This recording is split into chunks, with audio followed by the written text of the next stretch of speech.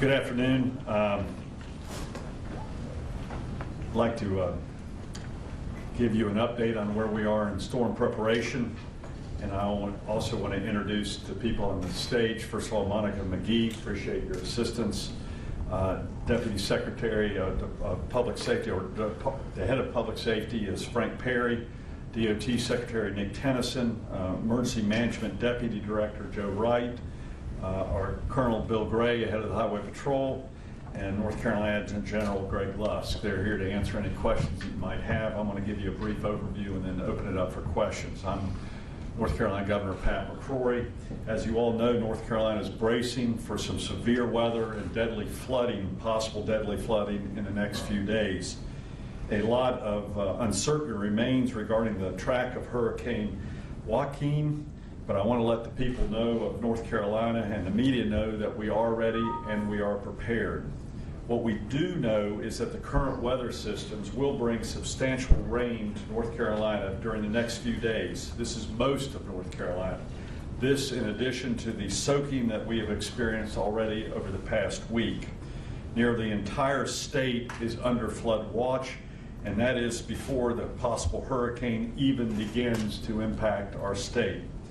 For our Outer Banks and our coastal areas, the main concern is that the region has been hit with rain nonstop since last Thursday and had nor'easter that struck the area over the weekend. Weak spots that are normally concerns along the Outer Banks are even weaker due to the storm last weekend. The ground is incredibly saturated already and the tide very high, so there is nowhere for the water to go at this point. In a lot of places, I've already had areas of standing water throughout the region. This causes trees to be more vulnerable to falling since the ground is so saturated. Through the end of the week, the heaviest rain will continue across the eastern Piedmont through to the coast. For the western parts of the state, the heaviest rains will come over the weekend if the hurricane's impact are begin to be felt here in North Carolina.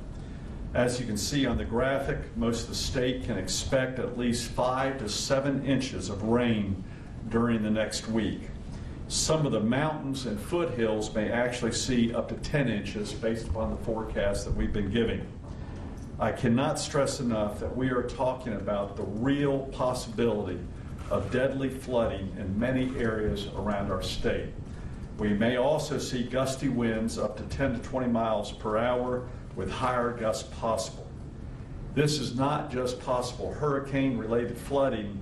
This could be a 1-2 punch that promises to bring a lot of rain. My major concern is that this storm could be like Hurricane Floyd. We all know that that caused devastating impact on our state, and that the tremendous amount of rain coupled with the wind, we could see down trees and power lines across the state. Now, this is what we're doing for preparation. First of all, the North Carolina Emergency Management has been monitoring the storm systems for several days already. We will begin partial activation of this State Emergency Operations Center tomorrow morning, and we'll bring in other state and federal partners over the weekend. In the meantime, we are ensuring that our state search and rescue teams are ready. The National Guard soldiers, the state troopers, and DOT crews are prepped and ready to move at a moment's notice. As of this morning, I've declared a state of emergency for all 100 counties, allowing me as governor to deploy essential assets for storm response. This executive order also waives the usual hour and weight restrictions for truck drivers responding to the storm, and that includes power restoration companies and essential agricultural operations and fuel supplies. Our North Carolina Department of Transportation crews are busy preparing for this hurricane, and currently also are the highway maintenance crews. They're on standby across the state and closely monitoring the track and forecast. We have staged extra equipment at the OBX to help clear sand and debris from roadways, and the crews are checking equipment trucks as we speak, gassing up chainsaws, and preparing to help remove down trees across the state. They're also loading signs and other gear in case of flooded roads. Crews in the central and western areas are on standby to shift resources to the east if needed. Crews across the state are cleaning out storm drains and grates to make sure there is little to no debris to reduce potential flooding impacts. The Ferry Division is in internal alert condition 1, which means we are fast preparing boats, fuel, and other supplies for possible evacuation procedures.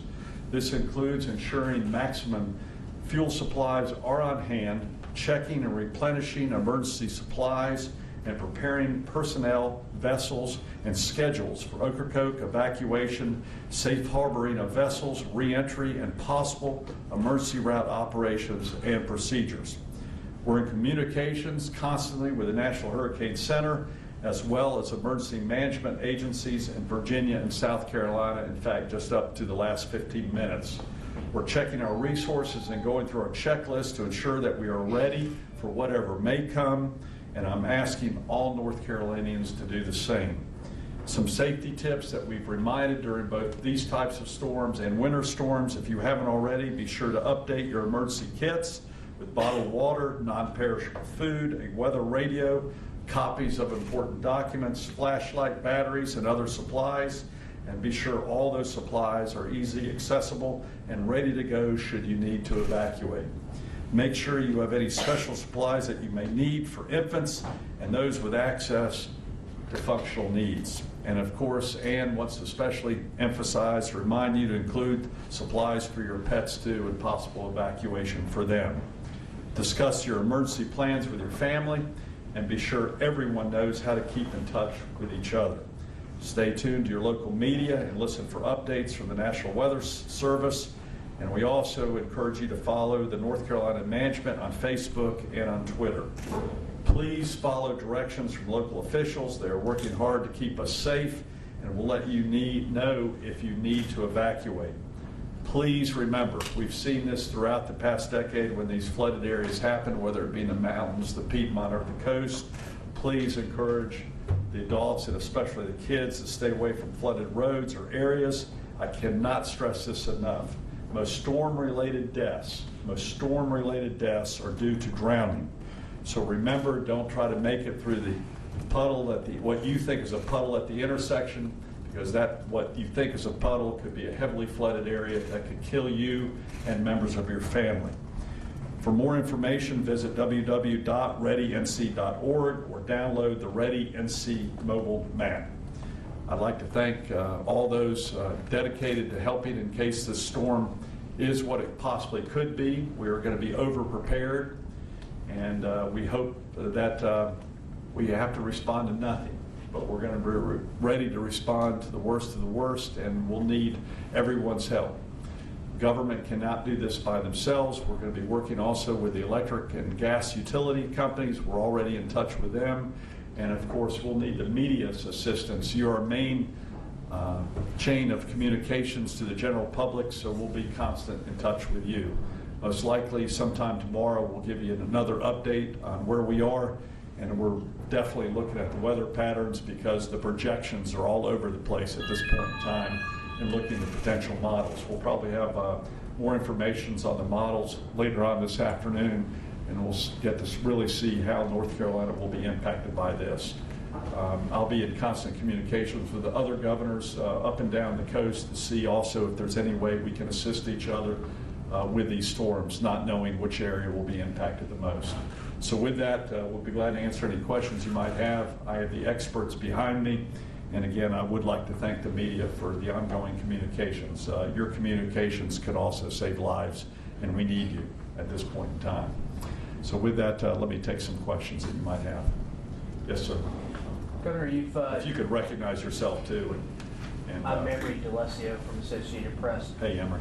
Hi. You mentioned the Outer Banks specifically as an area of concern. There are other places that equipment has been pre-positioned that might be potential hot spots? I think the eastern part of the state and the coastal Outer Banks area would be our major concern at this point in time, but as we've learned in winter storms, we've got to be ready to move at a moment's notice. This could hit hardest all the way from the mountains to the coast, and we don't know. You know, a lot of times the heavy flooding also occurs in the mountain streams, which could have major devastation.